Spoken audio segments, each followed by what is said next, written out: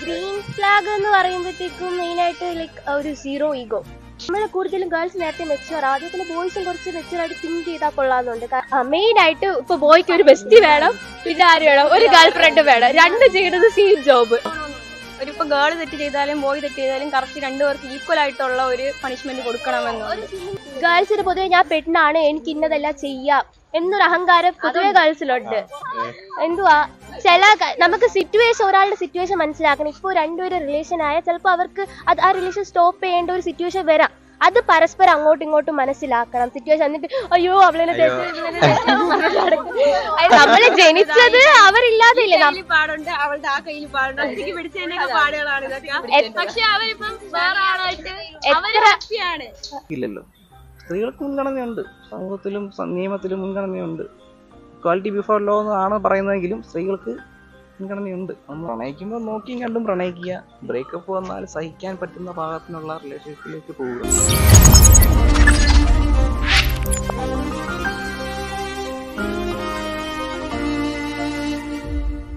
ഏറ്റവും കൂടുതൽ ഇപ്പൊ ചതിക്കപ്പെടുന്നത് ഗേൾസ് ആണോ ബോയ്സ് ആണോ എന്നാണ് നിങ്ങൾ?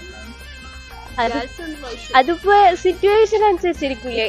ഡോക്ടറുടെ കേസിലാണെങ്കിൽ ഇപ്പൊ ഗേളല്ലേ, ഇപ്പൊ വിധു കൃഷ്ണന്റെ കേസ് പോയി. അപ്പൊ രണ്ടുപേരും ഉണ്ടല്ലോ. അപ്പൊ ഏതാണ് നിങ്ങൾ ശരിയാണെന്ന് ഉദ്ദേശിക്കുന്നത്? രണ്ട് ശരിയല്ല. ഇപ്പം രണ്ട് ഭാഗത്തും തെറ്റുണ്ട്. രണ്ട് ഭാഗത്തും തെറ്റുള്ളതല്ല.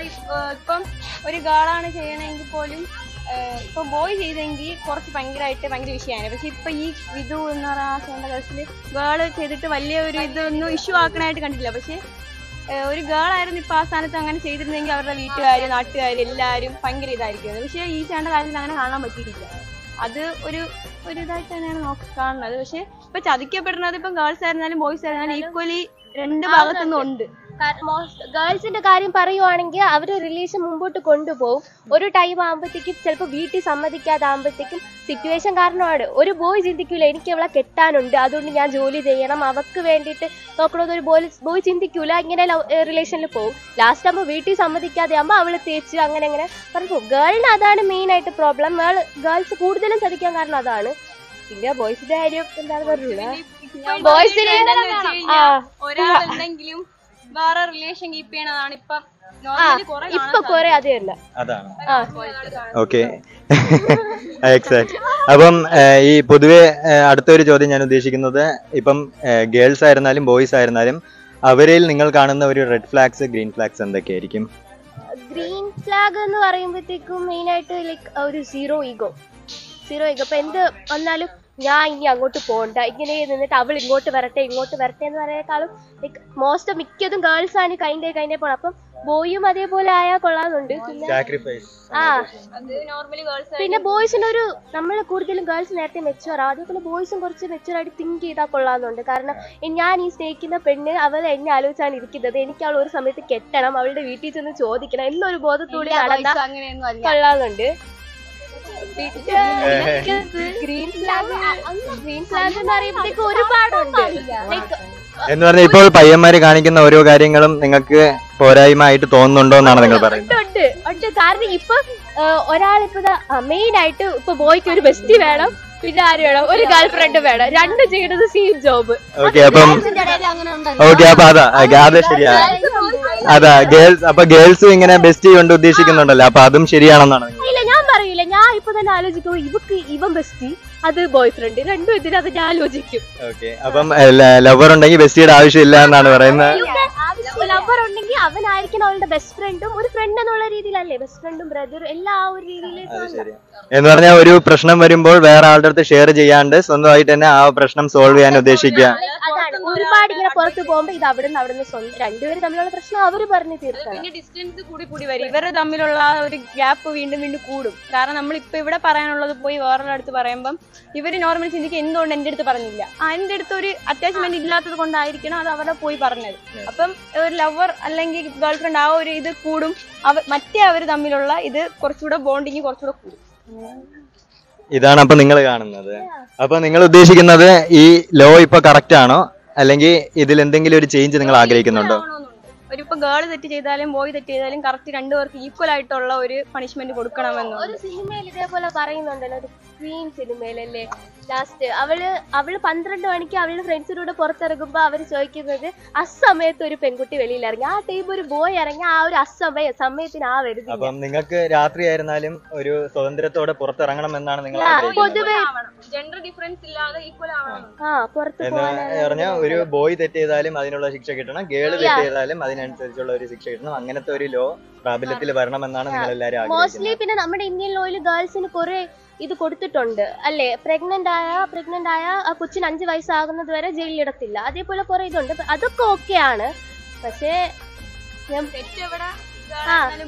ഈക്വൽ ആയിട്ടുള്ള പണിഷ്മെന്റ് കൊടുക്കണം. പിന്നെ ഗേൾസിന് പൊതുവെ ഞാൻ പെണ്ണാണ് എനിക്ക് ഇന്നതെല്ലാം ചെയ്യാം എന്നൊരു അഹങ്കാരം പൊതുവെ ഗേൾസിലുണ്ട്. അത് പാടില്ല എന്ന് പറഞ്ഞാൽ ആ ലോ അവര് മിസ്യൂസ് ചെയ്യുന്നുണ്ട്. 16 വർഷം സ്നേഹിച്ചു, അങ്ങനെ ചതിക്കപ്പെട്ടു. 5 വർഷം സ്നേഹിച്ചു, അങ്ങനെയും ചതിക്കപ്പെട്ടു. ഇപ്പൊ 2 ഇഷ്യൂ നമ്മളെ ഫ്രണ്ടിൽ റിലവന്റ് ആയിട്ട് നിൽക്കുക. അപ്പൊ ആ റിലവന്റ് ആയിട്ട് നിൽക്കുന്ന ഇഷ്യൂവില് നിങ്ങൾക്ക് എന്ത് കാര്യമായിരിക്കും അവരിൽ ഉന്നയിച്ച് വെക്കാൻ പറ്റുക? അതാണ് ഉദ്ദേശിക്കുന്നത്. ഇപ്പം നമ്മൾ ഒരാളെ ട്രസ്റ്റ് ചെയ്ത് ഭയങ്കരമായിട്ട് എഫേർട്ട് ചെയ്യുമ്പോഴത്തേക്കും തിരിച്ചത് കിട്ടിയില്ലെങ്കിൽ ഡെഫിനറ്റ് ആയിട്ട് സങ്കടം വരുമോ? എന്നാലും വരും. അതിപ്പം ഗേളായിരുന്നാലും ബോയ് ആയിരിക്കും, 2 പേർക്കും ഒരേ ഫീലിങ്സ് ആയിരിക്കണം. പക്ഷേ ഇപ്പൊ പറയാന്ന് വെച്ച് കഴിഞ്ഞാൽ മോസ്റ്റ് ആയിട്ട് കാണുന്നത് ഫുള്ള് ചതിക്കണയാണ് ഇപ്പൊ മെയിൻ ആയിട്ട് കാണുന്നത്. അതുകൊണ്ട് ഈ പേടിയാണ് സത്യം പറഞ്ഞ. ഇപ്പം പേടിയെന്ന് വെച്ചാൽ ലവ് പേഴ്സൺ അതാണ്. പക്ഷെ എന്നാലും ചെയ്യണത് ഇപ്പം ട്രസ്റ്റ് ഇഷ്യൂ ആണ് മിക്കയിടത്തും പറഞ്ഞത്. ഇപ്പൊ ഒരാളെ വിശ്വാസം ഉണ്ടെങ്കിൽ അവരെന്ത് ചെയ്യും എന്നുള്ളൊരു ഇത് വരും. ഇപ്പൊ എല്ലാരും ഭയങ്കര ചതിക്കണായിട്ടാണ് ഇപ്പൊ എനിക്ക് ഇപ്പോഴത്തെ ജനറേഷൻ നിങ്ങൾ കൂടുതലും കാണുന്നത് ചതിയാണ്. നിങ്ങൾ കൂടുതലും കാണുന്നത് കുറച്ചിങ്ങനെ ചതിക്കാത്തവരും ഉണ്ട്, സ്റ്റിൽ പിന്നെ എല്ലാരും അങ്ങനെയല്ല. മൊത്തത്തിൽ ഒരു ഇതിലെന്ന് പറയുമ്പോഴത്തേക്ക് നമ്മുടെ ലൈഫിൽ ആരാണോ പാർട്ട്ണറായിട്ട് വരേണ്ടത് അത് എഴുതി വെച്ചിട്ട് ഉണ്ട് എന്നുള്ള ഒരു ഇതാണ് കൺസെപ്റ്റാണ് എനിക്ക്. അതിപ്പോ ആരായിരുന്നാലും സമയത്ത് നമ്മുടെ അടുത്ത് വരും. നമ്മൾ ആരെയൊക്കെ നോക്കിയാലും എന്തൊക്കെ നോക്കിയാലും കിട്ടേണ്ടതേ നമ്മുടെ കൈ കിട്ടുള്ളൂ. പിന്നെ എന്താന്ന് വെച്ചാ എന്തുവാ നമുക്ക് ഒരാളുടെ സിറ്റുവേഷൻ മനസ്സിലാക്കണം. ഇപ്പൊ 2 പേര് റിലേഷൻ ആയാൽ ചിലപ്പോ അവർക്ക് ആ റിലേഷൻ സ്റ്റോപ്പ് ചെയ്യേണ്ട ഒരു സിറ്റുവേഷൻ വരാം.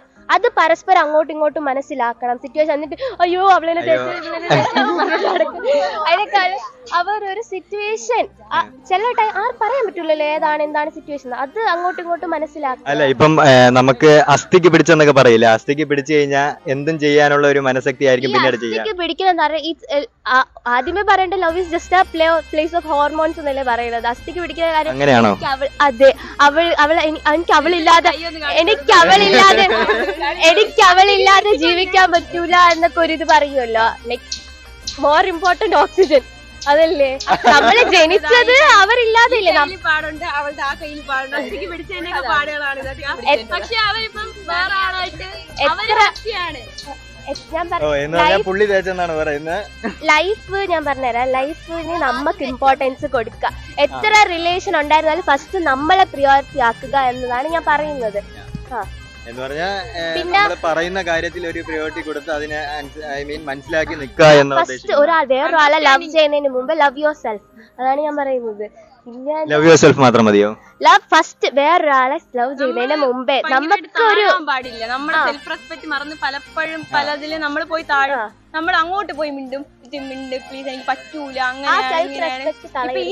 ഈ ചേട്ടൻ അങ്ങോട്ട് പോയി കെഞ്ചിനായിട്ടാണ് കുറെ ഓഡിയോസ് ഒക്കെ കേട്ടത്. അതിപ്പോ ഒരു ഗേളുടെ സൈഡിലാണെങ്കിൽ ഗേൾ അങ്ങനെ ചെയ്യുന്നുണ്ട്, കുറെ കെഞ്ചി കരയൊക്കെ ചെയ്യുന്നുണ്ട്. പക്ഷെ അതൊന്നും അവര് മനസ്സിലാക്കില്ല. അല്ല കാരണം രണ്ടാമത് നമ്മളിപ്പോ മരിച്ച ആളുടെ ഇതിലാണെങ്കിൽ 15 വർഷത്തോളം അവർ സ്നേഹിച്ചതിന് ശേഷമാണ് എല്ലാം ആൾക്ക് വേണ്ടത്ത എല്ലാ കാര്യങ്ങളും ചെയ്തു കൊടുത്ത് എല്ലാ കാര്യങ്ങളും. അപ്പോൾ അങ്ങനെ രണ്ടാമത്തെ അപ്പൊ അത്രയ്ക്ക് ഇത് നിൽക്കുന്ന സമയത്ത്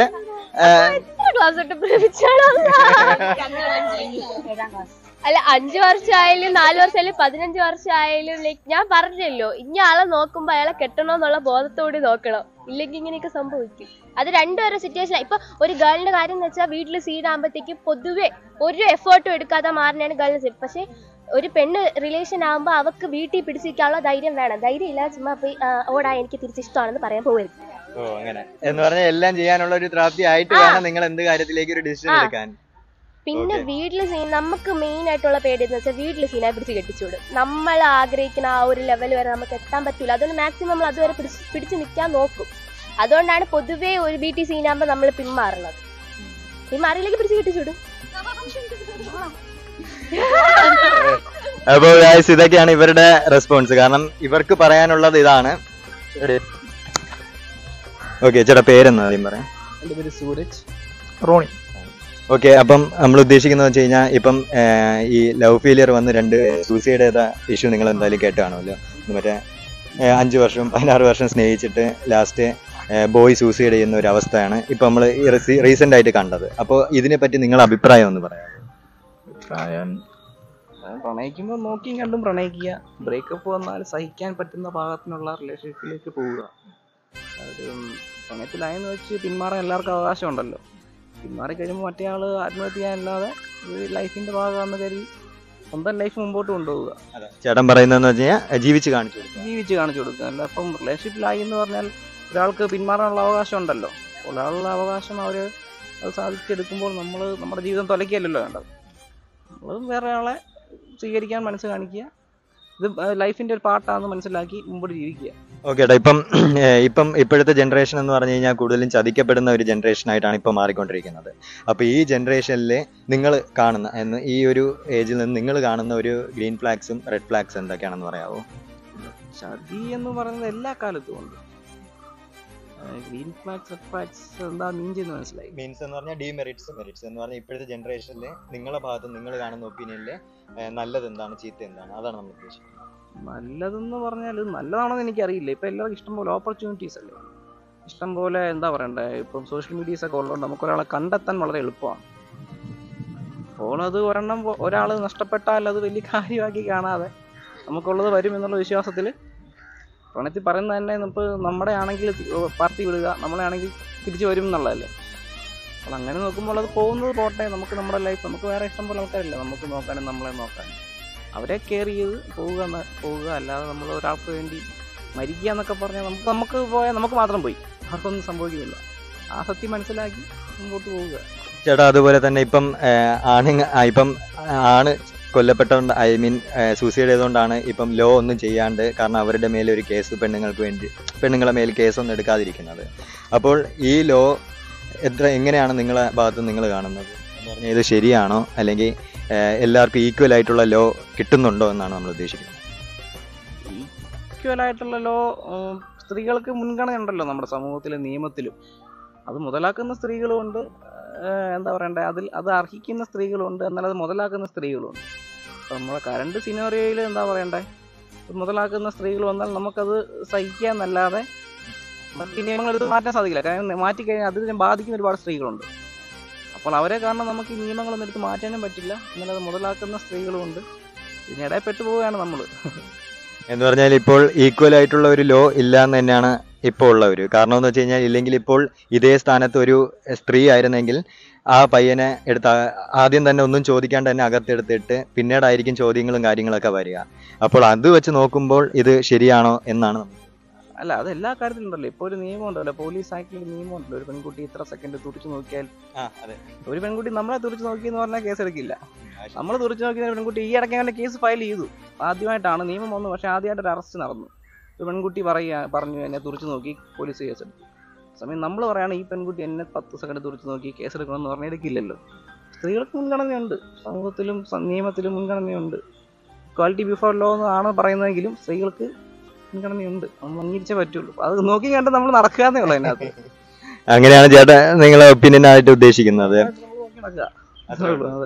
പിന്നെ അതും കൂടാണ്ട് ഇപ്പം ഈ ലോയില് എന്ത് മാറ്റമാണ് നിങ്ങളുടെ ഭാഗത്തു നിന്ന് ഉദ്ദേശിക്കുന്നത്? ലൈക്ക് ഇപ്പം കൂടുതലും സ്ത്രീകൾക്കാണല്ലോ മുൻഗണനയായിട്ട് ഉദ്ദേശിക്കുന്നത്. അപ്പം നിങ്ങളുടെ ഭാഗത്തു നിന്ന് എന്തൊരു ഒപ്പീനിയൻ ആയിരിക്കും, അല്ലെങ്കിൽ എന്തൊരു കാര്യമായിരിക്കും നിങ്ങൾക്ക് മുന്നിൽ വെക്കാൻ പറ്റുക? ഇതൊന്ന് ഈ പുതിയൊരു ലോ അല്ലെങ്കിൽ എന്തെങ്കിലും ഒരു കാര്യം വരണമെന്ന് ആഗ്രഹിക്കുമ്പോൾ ഈ ഒരു കാര്യങ്ങൾ ഇക്കാര്യത്തിൽ ഇപ്പം പുതിയതായിട്ടൊന്നും ചെയ്യാനില്ല. കാര്യം അവർക്ക് മുൻഗണന കൊടുക്കേണ്ടത് തന്നെയാണ്. കാര്യം ബാധിക്കപ്പെടുന്നത് എപ്പോഴും സ്ത്രീകളാണ്. അപ്പോൾ അത് നമ്മൾ അത്തരം ചതികളിൽ അല്ലെങ്കിൽ അത്തരം പ്രശ്നങ്ങളിൽ അകപ്പെടാതെ ആണ് നോക്കുക. പണ്ടൊക്കെ എന്നൊക്കെ പറഞ്ഞാൽ സമൂഹത്തിൽ ഇറങ്ങി നടക്കുമ്പോൾ പെൺകുട്ടികളായിരുന്നു പേടിക്കേണ്ടത്, ഇപ്പം ആൺകുട്ടികൾ പേടിക്കേണ്ട അവസ്ഥയിലാണ്. അപ്പം അത് നോക്കി നടക്കുക എന്നേ ഉള്ളൂ. അതിനകത്ത് നമുക്ക് ഒന്നും പറയാനില്ല. അത് സ്ത്രീകൾക്ക് മുൻഗണന കൊടുക്കുക തന്നെ വേണം. ഓക്കെ, നന്നായിട്ട് സംസാരിച്ചു, നല്ല ഒപ്പീനിയൻ ആയിരുന്നു. അപ്പൊ നമ്മളെ ചാനൽ വൈബൻസ്, അപ്പൊ ഒന്ന് സബ്സ്ക്രൈബ് ചെയ്യാൻ പറഞ്ഞേക്കണം. വൈബൻസ് ചാനൽ സബ്സ്ക്രൈബ് ചെയ്യാൻ പറഞ്ഞിരുന്നു. എല്ലാവരും വൈബൻസ് ചാനൽ സബ്സ്ക്രൈബ് ചെയ്യുക. Okay, thank you. വൈബൻസ് എല്ലാവരും ഈ ചാനലിലേക്ക് ഒരു സബ്സ്ക്രൈബ് ചെയ്യുക, പിന്നെ താഴെയുള്ള ബെൽ ബട്ടൺ താങ്ക് യു.